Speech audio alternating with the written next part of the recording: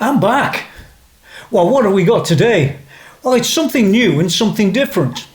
This is a product from a company called COMICA, Shenzhen Comlight Technology Company Limited. And I do know that this particular maker in their list of products have about 40 pages full. So these guys have been around and they make a lot of stuff for, basically for audio.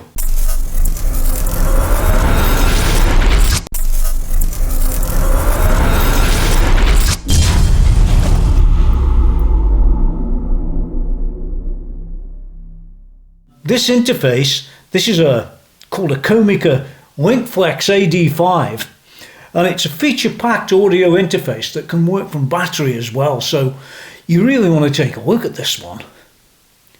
Coming up now, and what I propose we do in this video is to unbox it, get the thing out, take a quick look at it, and go and connect it up into the studio.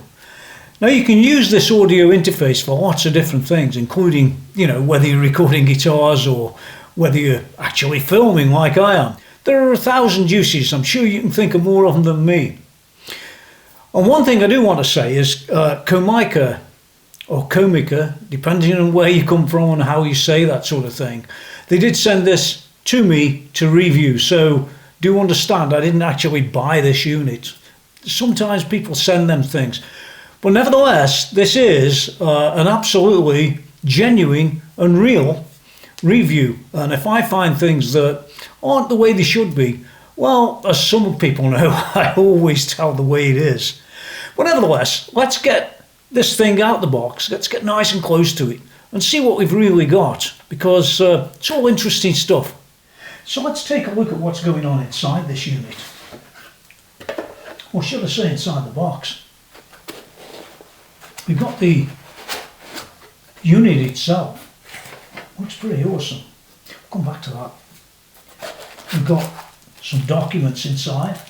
Take a quick look at those in a moment. One of them things. Oh, what's this? And we've got something well hidden away in here. Let's take a look. Well, in here we've got various connectors. As you can clearly see. Oh, very nice. Now you do get a very nice small manual, feature-packed audio interface, LinkFlex AD5 manual. As you can see, let's get past all the start. And it'll take you through the interface itself, showing you the ins and outs and the wherewithals, and it moves on to Chinese and all the other stuff. But for us, well, it doesn't look much, but it does give you quite a lot of examples of what you can do with it. And I think, it's all going to become clearer once we actually get a bit closer. So let's have a quick overview of the unit, and then we'll see if we can get any further. Well, here's what it looks like front on, so to speak. Very smart. You've got a couple of ins on the front. You've got a 48 volt option. Instrument, same on this one. You've got a headphones out there. I would have liked to have seen that a little bit bigger really. But you've got direct or loop back, you've got a monitor level, and you've got the levels for these two. We've got round the back, we've got all of these IOs. We've got an on and off. We've got a USB 1, USB 2, that looks like for charging. Oh, we'll come back to charging. You didn't know about that, did you? We've got an out. I'm not sure what that one. We've got another headphone, so we've got these line outs there. We'll come back to that one later. Around the back here, it says mode, LinkFlex AD5. It's got a serial number, made in China, CE, a ROS compliance, WE. I'm not sure of that one. I think that's Australia or Canada, but does it really matter for us? No, because we're not there. Around the side, well, there are no ventilations or anything like that. It looks as if there are. Yeah. So, overall, a nice looking unit on the outside. But of course, what's it like on the inside? Okay, well, this one wasn't too easy to get at, to take a look. But you can actually remove the front. It's just got 4 screws and this knob here.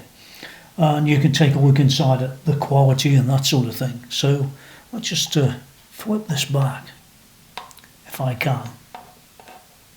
As I said, it's not simple. So there you have it. You've got actually a 3000 milliampere per hour battery. It's 3.7 volts. And yeah, all good. You can see the quality inside here. I mean, it's all pretty much spot on, if you want the truth. I can't really go any further with this, but it does give you a good indication of the quality inside, rather than, you know, some of these products that you see out there are not really very good quality. As it happens, this one is. So there's the quick look inside. I don't want to really go any further, like I said. So I'm just going to put this back together and then we'll continue with the review.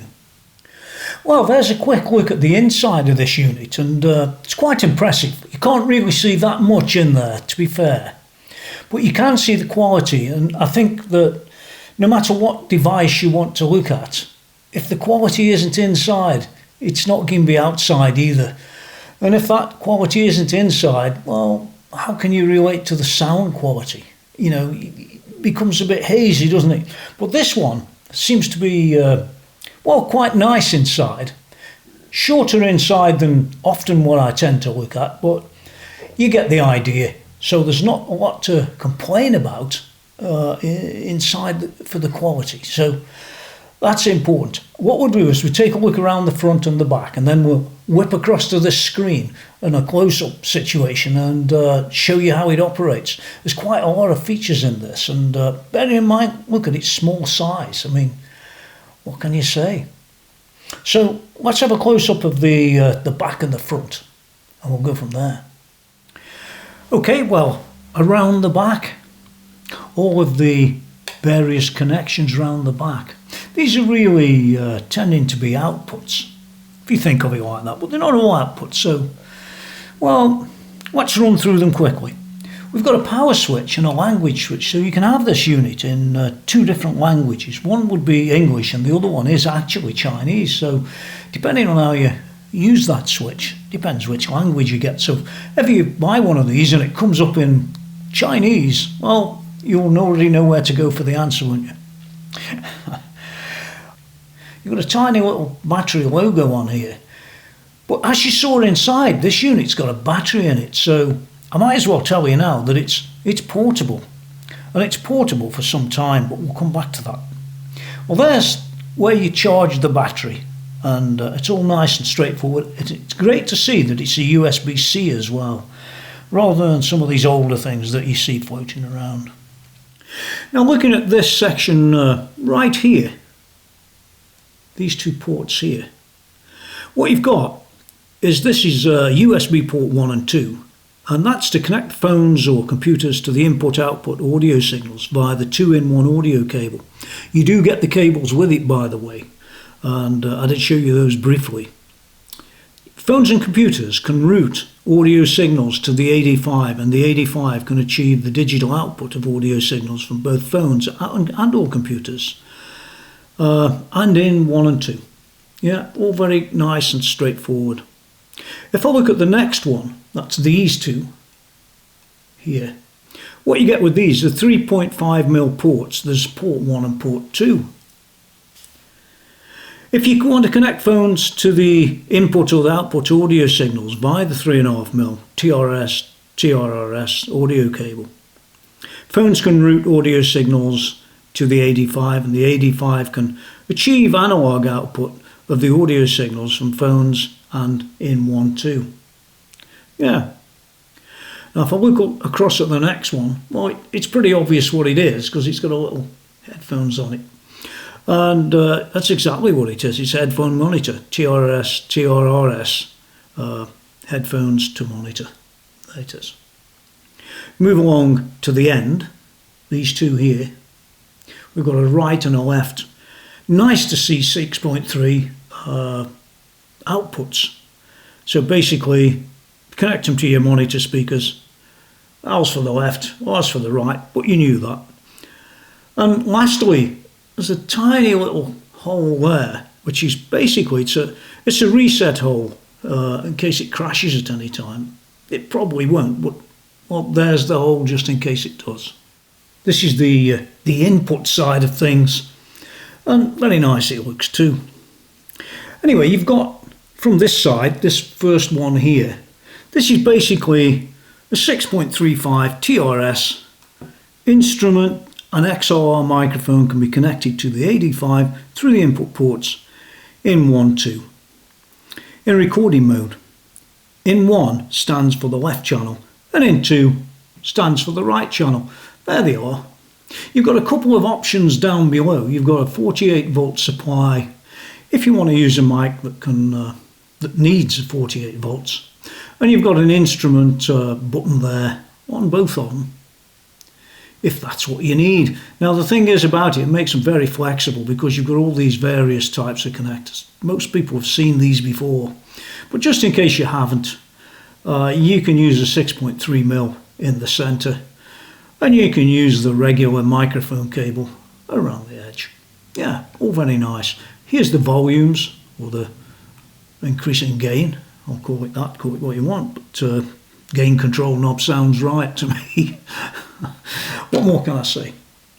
As we move along a bit further down here, what we've got is this section here, or the side of that white line, which is all nice.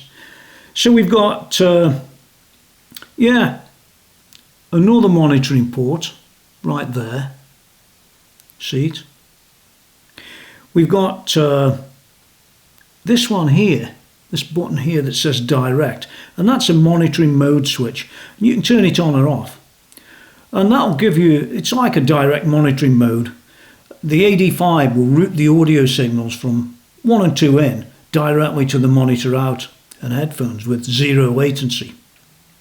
In input monitoring mode, audio signals from in 1 and 2 will be routed to the door software and then to the monitor outputs and headphones with mixed audio, which will cause a delay. It's not a big delay, but there is a delay. That's worth remembering. We'll check that out later. Okay, we've also got a loopback switch here, as you can see. This uses virtual inputs which have no physical connectors on the audio interface itself, but they can route the digital signal streams back to the door software. Very interesting. It can capture all audio signals from your computer. For example, the audio signal output from a web browser. To input to the audio interface, a short press turns it on or off. When the loopback is on, the AD5 will output audio signals both from in 1 and 2 and the USB-C port. When the loopback is off, the AD5 output will be audio signals from 1 and 2. So it's a sort of additive, if you will. And then you've got this one. This is the monitoring volume control knob. Pretty obvious, really. Not much you can say about that. But it adjusts the volume on the monitoring of the 2 ports. Okay, well, I do want to show you the unit with it turned on, so we've got an idea of this little screen here and what all this stuff does and that sort of thing. Now, you notice it's not plugged into anything, so yeah, well, how's it going to work? Well, it works, it's mobile, and that's really, it's pretty cool, that is. Let's turn it on at the side here. Okay. You can see the little logo. Now you can see the screen. Hopefully you can see the screen. It's very difficult to zoom in too close with it. It's a video camera. You'll have to put up with that. But you get the idea. You can see what's turned on and what's turned off, literally from the screen. You can see the inputs, the outputs, whether loopback's on, whether it's direct to the headphones or whatever. You've got a denoise in there. So on this side you've got an EQ on those 3, and on this side you've got basically a reverb. I'd expected to see REV there, but that's okay. So on this side we've got room, stage and hall, and yeah, that's going to give you at least a reverb on what you might be using, which is pretty good if you haven't got any other reverb, that's what I'd say. Now down here we've got a mute button, and if you hold that, that'll mute. You've got a denoise, and again you'll turn it on or off. pretty much like the mute, if you hold it down or you don't hold it down. And it's the same with the FX. If we hold that, you can see it's flipping across from EQ to reverb. You see that? I hope you do. Let's denoise it. You can't really see much with that. But at least I don't see much. And you've got a mute here. Well, I guess you'd hear the difference there. So that covers the basic top. You've got this mode button here, which brightens this screen up when you're using the screen, because it will go into a sort of battery save mode, you know, a bit later on if you're not using any of that. Yeah, not really a problem. We can increase the mix more or less here, and notice the little oil lights that go all the way around. Very nice indeed. See, the thing about this device, it's presented well as well, isn't it? It looks right, and you're halfway there generally if they look right. The black, yeah, very nice. Now then, just before we actually get to connect it up, I just want to give you some of the specs. Now, I don't know every spec off the top of my head because there is a lot of them. So I'm just going to sort of run through them quickly because a lot of guys would be interested in that. And by the way, always have a look down in the text because I'll probably put this information down there. But I like to just run through it because some people don't even read the text. Or if you're on some TVs, by the way, you can't actually get to the text. It's a bit of a pain, but that's life. So let's have a quick run through them. Okay, well, we'll tick them off as we go, I guess. Well, we got offered, first of all, 48 kilohertz, 24-bit audio recording, integrated dual XLR stroke 6.35mm interface design. We've seen all that. We've got support recording and streaming mode switch and a direct monitor, so you can even stream with this thing. I mean, this would be good. If you had somebody that's out there, you know, on site in various places, this could be a pretty cool device, bearing in mind it runs off battery, or it could be plugged in if you really needed that. It says here it supports 48 volt phantom power mics. We know it does because we've already seen that. And a high Z instrument input, which is, you can plug straight into it. Oh, here we go with the guitars. There's a dual USB-C interfaces for connecting two computers or mobile devices, so you could almost, well, you could stream with it, couldn't you? You know, you could do some of this this live streaming on YouTube even with that device right there, which I'm not going to do, by the way. That's not my scene, man, as they say. Well, that's what they used to say. I don't know what they say today, but no, I'm not going to do any streaming, sadly. We've got dual USB-Cs for connecting two computers or mobile devices. Yeah, it's all good. We've got a multiple I/O interfaces to connect phones, tablets and computers. There's lots of connectivity in such a tiny little device, if you think about that. You've got up to 65 decibels of gain range for wider mic compatibility. You know, some of these mics, well, there's one just off camera just over there. These sort of mics, I know that they tend to have a rather low output. And that's why it's got an amplifier stuck on the back of it. Well, let's put that away. Anybody who's into that sort of thing, particularly with the streaming type of thing that's going on, yeah, that could be very useful indeed. Maybe you don't need that extra amp. It's a class-leading A to D and D to A conversion to deliver the most detailed sound. Now, I don't know what the D to A and A to D converter is, but if I do find out, and I'll go and ask them, I'll put it in the text below, or I might put it on screen if I can. As well as all that, you've got, this is interesting stuff actually, you've got individual mic preamps, guitar amps, it says here, monitor volume and output gain control. You've got a digital signal processing and 3 EQ and reverb modes for unlimited creativity. Well, I wouldn't call it unlimited, but at least you've got some. Some devices I've seen don't have anything like that. I mean, what do you want for your money? We'll come to money later.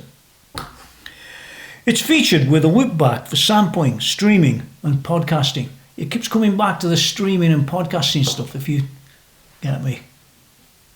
But you can use this in the studio, and that's what I'm going to demonstrate, how you'd use it in the studio, just in case. It supports one key, denoise and mute. It says easy to use. Well, it is easy to use. There's only a few buttons and away you go, really. It's almost a plug and go, rather than Microsoft, which is a plug and pray. Don't confuse the two, will you? There's a high definition LCD screen for flexible and intuitive operation. And don't forget, you just hit the mode and back it comes. Very simple. I like how they save the battery from doing that. I think that's a good move. We'll talk about batteries in a moment. And it says here, well, we're talking about it now. Oh, fancy that. Built-in rechargeable lithium battery, operating time up to 6 hours. Well, you probably get 4. You might get 5. Will you get 6? Well, it does say up to, but when I hear up to, generally myself, I tend to think a little bit less. You know, it's like everything in life. You never really get what you sign up to. But that's a 6 hour, even a 5 hour battery life out of this thing. You're going some. That's pretty cool. Now on this device, they do have a warranty. They include a little warranty card. More about that in a second. But they also include something I like to see. I always like to see this stuff. QC Pass. There it is. A little piece of paper thrown in. It's a certification, it says. Yeah, and it sure is. And yeah, QC passed, all good. You wouldn't get that in some gear. The warranty card, however, I can't see anywhere where it tells you how long the warranty actually is. It tells you what's not covered, which it would. But I think, guys, anybody who buys one of these that's in the West, at least, has got, well, you've got coverage under the law from the seller. And the seller's probably some dealer somewhere. I don't know. But there it is. Yeah, it doesn't really give you any time period. I just thought it was a bit strange. Might be covered on the website, which is down there right now. You might want to have a look at the website. They've got huge amounts of equipment on there. Now, I did quickly show all the cables earlier. Let's put them up there where you can see them. Yeah, there's a whole, there's a pile of them. No, not a pile of them. A pile of cables, and they're all genuine COMICA cables, so they're probably going to be quite good. Put them back down there. So you haven't got to splash out and go and find cables when you bought the unit and all of a sudden you want to use it and you can't. How often that's been? Well, it's more than my 10 fingers, particularly from somebody named Roland Corporation. They're really bad at supplying equipment and no USB cable, for example. Particularly bad, very frustrating. Whereas this company is eating them for breakfast. It's all included, it's all there, it's all going to work fine. So I'm impressed with that, as stupid as it might sound. Okay, well, that's a quick overview of the unit. And as I said, what we're going to do is we can get it in the studio and we're going to connect it all up and we're going to do a bit of recording with it. Now, you might not be in a studio, you might be connecting it to a laptop, you might be connecting it to anything. I don't know, another mixer that takes it off through the internet. Who knows what you're going to do with it, but pretty well made is this device, I think, and yeah, it's definitely worth plugging in. So that's exactly what we're going to do next. Well, okay, we've got the COMICA AD5 set up very simply, and that's by having, in effect, a guitar connection going in there, and the other input is USB 1 there. That goes off into my regular USB port. And when you set this up, you're setting it up with ASIO4ALL version 2. And version 2 seems to work quite well, actually. Let's take you and have a look at that. As you can see there on the screen up here, I've got the ASIO4ALL version 2 driver on there. And if we click that, we can take a quick look at it there in the list. It was already installed on my machine, by the way. And what you can do is go into this control panel on the right, and in here you'll see COMICA AD5 USB 1. There it is, all nice and simple.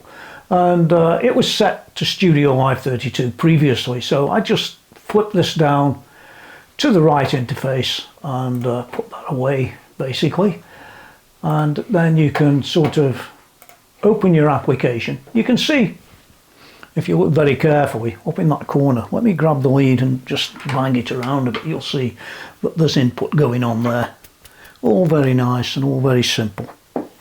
Yeah, so it took literally I think 5 minutes to set it up. Now let me crank up that input. You can see it's come up there now, and I dare say if I touch this, yeah, I'm getting some input. So if we was to record it, yeah, there's input going on there, and that's all I'm interested in right now. Now of course, if you haven't got the sort of gear that I've got sitting here, you're going to want to put some headphones in so you can monitor what's going on and all that sort of stuff.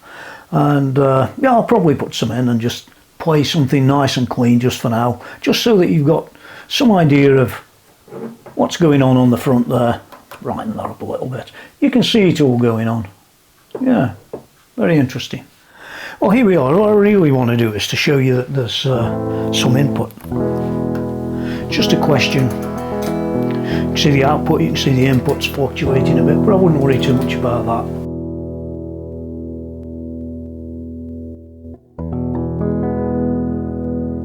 That's purely on one channel, and it's on the instrument section.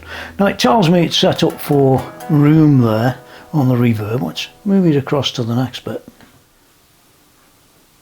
Okay, that's on the stage, in case you can hear that.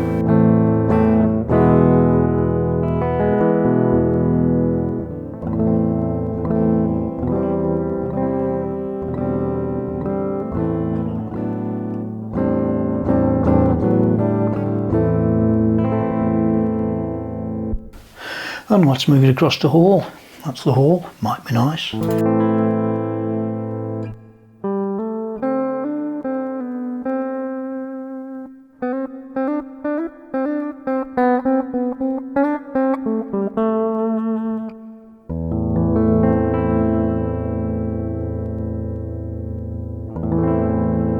Okay, that's that one. Then we'll move across to hold it down and go to the EQ. Now on the EQ side it was on natural, so I'm going to move that on to deep. Okay, so we're on deep with no reverbs.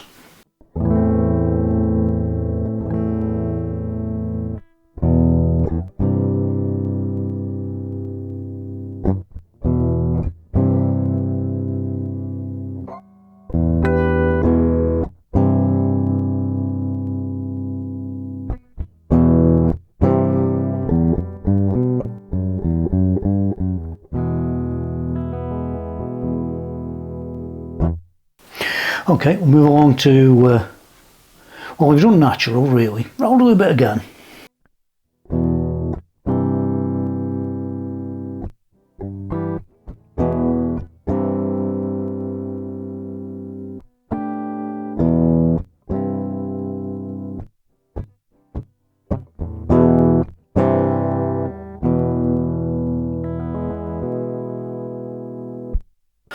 And lastly, we're on bright.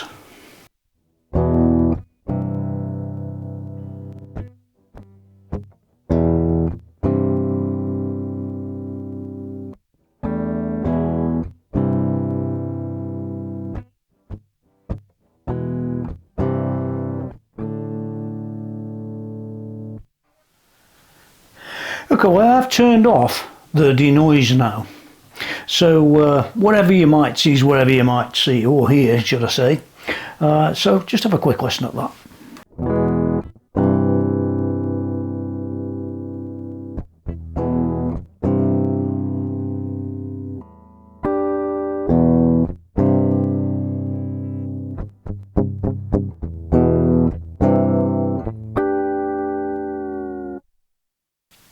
Well, here we go.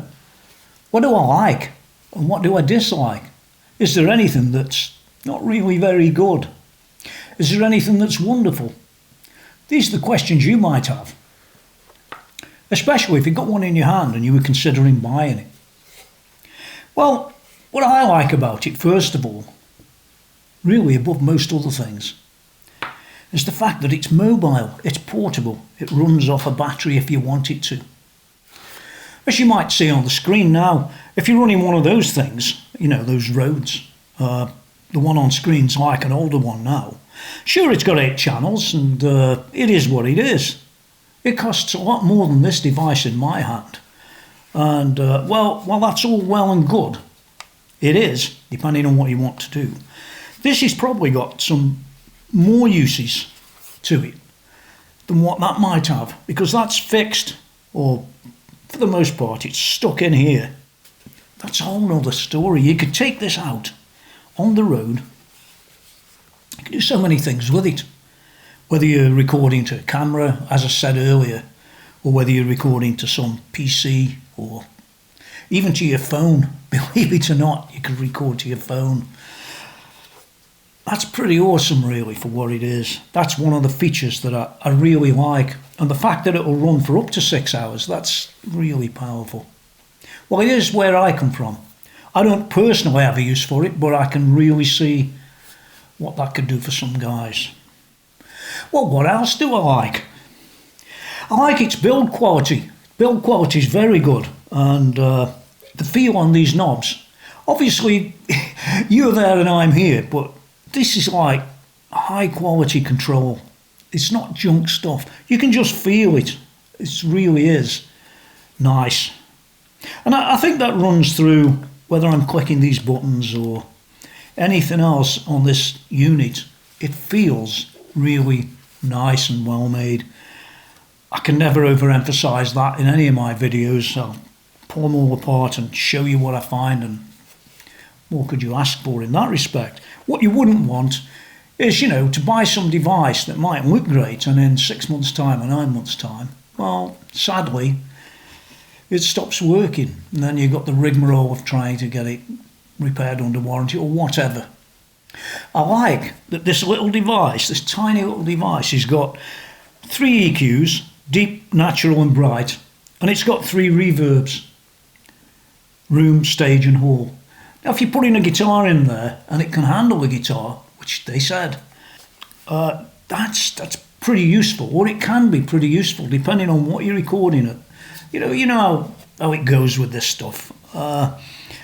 It's always going to want to have something on it that it hasn't got, and I think I can say that about the Rode. I can say about any device, whether it be Presonus, whether it be Behringer, some of the ones we listed out, me and Alan. Yeah, on and on it goes, and there's such a variance in price too. I also like, although you don't know what the price is yet, I also like the price of this. Now, I can't actually tell you the exact price. This unit's only just been released, and while I'm recording it, well, it's before it's released, so I can't actually tell you. But when I did investigate at the time, don't hold me to this, and don't hold COMICA to this either, because it's just a guesstimate on my part that it could be £140 or thereabouts, or $140. I could be wrong. But if it is that sort of money, well, that's a really pretty good deal. That's what I'd say. I also like the 48 kilohertz, yeah, 24-bit that's inside this. Now you could say to me, "Oh, Tony, I need 96 kilohertz." No, you don't. For a device like this, 48 kilohertz is fine. I'm sure it is. And if it's streaming, it might even be a little bit high. Who knows? But yeah, you don't want something hyper.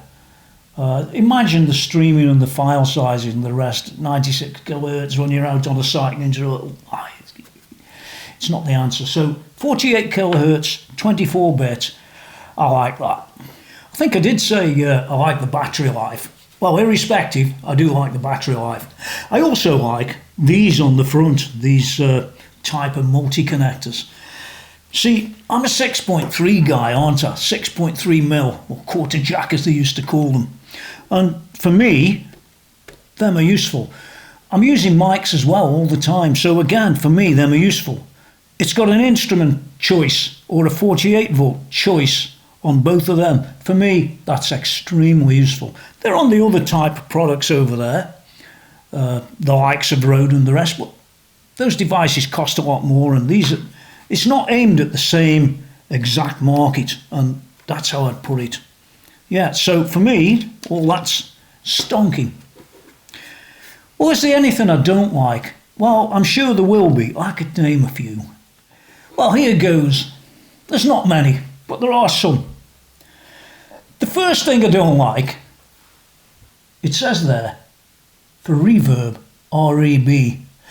That might be fine for most people. Everything I can see says R-E-V for reverb. R-E-B just doesn't gel. It seems wrong. It's clearly wrong. Now, on the production version, this might be one or not. The point is, on the production version, I'm pretty sure that they'll either fix it or they won't. I know you can laugh at me, but it's a serious point. R-E-B doesn't work. On the other hand, EQ does work. I think that's all great. I don't mind anything else on the top of this. It's all good, and I love the blue. I shouldn't be saying loves on this, should I? Yeah, but there you go. Any other dislikes? Well, there's always going to be some. I don't like, and I see it quite often, I don't like these tiny little 3.5-inch jacks. To be honest, I dislike them intensely.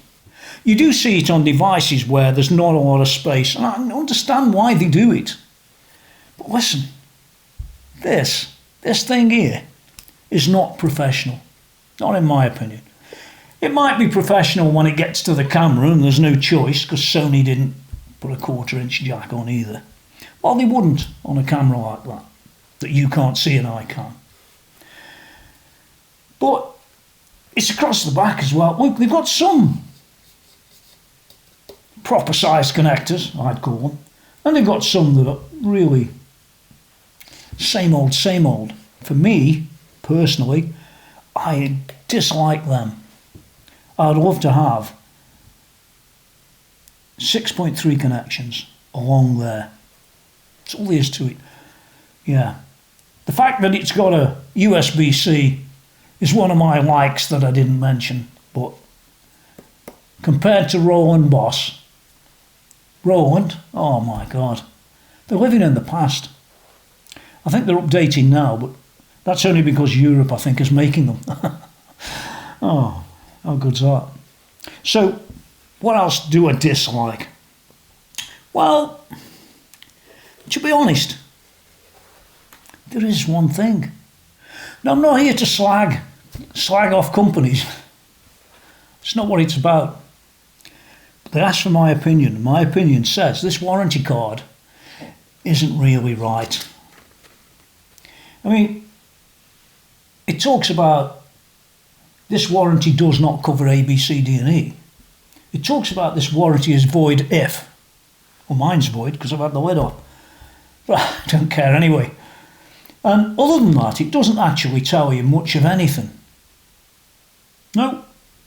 It doesn't tell you what the warranty actually is. It doesn't tell you much of anything except email support@comicaaudio.com. Well, that might be perfectly the legitimate way to go, but from where I come from, when you're selling products like this, these types of devices, there's a legality involved from the sales company, and the sales company has to warrant the product for period X, and it's usually at a minimum of 1 year. But you should have, in my opinion, a warranty with the right information on it, and what you've got isn't the right information. I think that needs to be cleared up.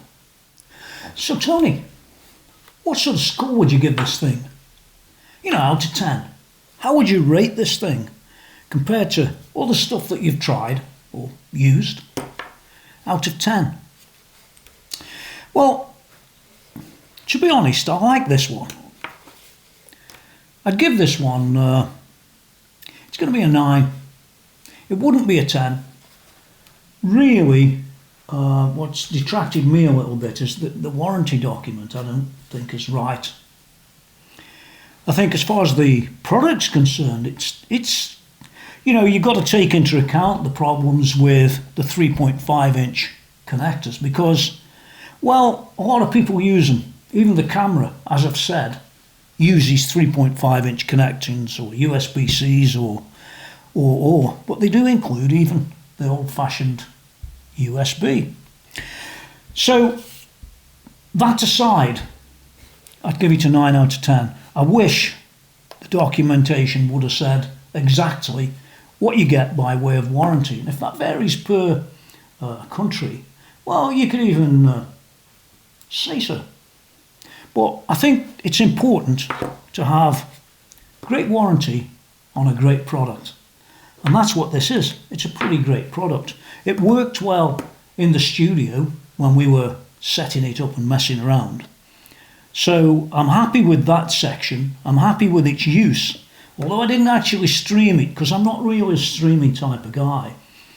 But I am a camera type of guy, which the Sony I've got here, I've had lots of problems since it's been upgraded to version 2, and now I'm having to use a phone to even turn the recording on and off. And my standard device no longer works, and Sony support is absolutely hopeless. Remember I said it. So, 9 out of 10, worth the money, highly likely. Carry it around, put it in a bag. You don't need much else with it. Perfect. Well, honestly, sincerely, I hope you find this review interesting. It is something different. And you might say, well, that's got nothing to do with guitars. You're a guitar channel, Tony. Well, not really. I do cover quite a lot of different products. I do cover a lot of guitar bits, to be fair. But I do also cover, interfaces of one kind or another and the studio stuff in there and that sort of thing. And from time to time, I will go off and do other stuff. And don't forget, we've got the Evil Owl, the Evil Owl Studios channel, for which I'll probably make an audited or edited video and put this on 2 channels, which is my standard guitar channel and the Evil Owl Studios channel. And the reason I'm doing that simply is that this could be used by either type of person, either type of guy, depending what you're trying to do. It's like everything else. Yeah, I like it. Yeah, it's cool. Now, they did send me some little bits of information of where you can go and see them. And the website is www.comica-audio.com. You'll see it on the screen. And then we've got Facebook, which is not my favourite. Will they still be in business by the time you go and check? Who knows? But that's www.facebook.com/ComicaAudioTech. No gaps, no spaces, and a slash at the end. They've got an Instagram channel, which is www.instagram.com/Comica looks like _audio. You can't easily tell from this one. You'll be able to check it all out on the site. And by the way, like I said earlier, I mean, I can't bring this catalogue from Comica online and show you, but it's 40 pages full of microphones, devices like all sorts of things. If you've got the remotest interest in doing any of this stuff, you should go and have a look at their site. I'm going to be honest with you now and tell you that they've got all these places and all these things to check. And Comica, they sent me the email and I thought to myself, I've never heard of them. Now that's not a reflection on Comica, it's a reflection on me. And that's because I've had a very sheltered life. I stick to what I do and what I know, and not really much else. Well, at least not on camera. I do lots of other stuff, but not on this camera. So that's it on this one. I hope you found this an interesting review, because it is something different, and a lot of guitarists, you know what they're like. But if you've got anybody at all that's sort of using this for anything else, whether camera, whether studio, whether... Well, you think of a use. Put down below in the text what you could use it for. Don't be rude. What you could use it for. And Yeah, what you think of what you've seen.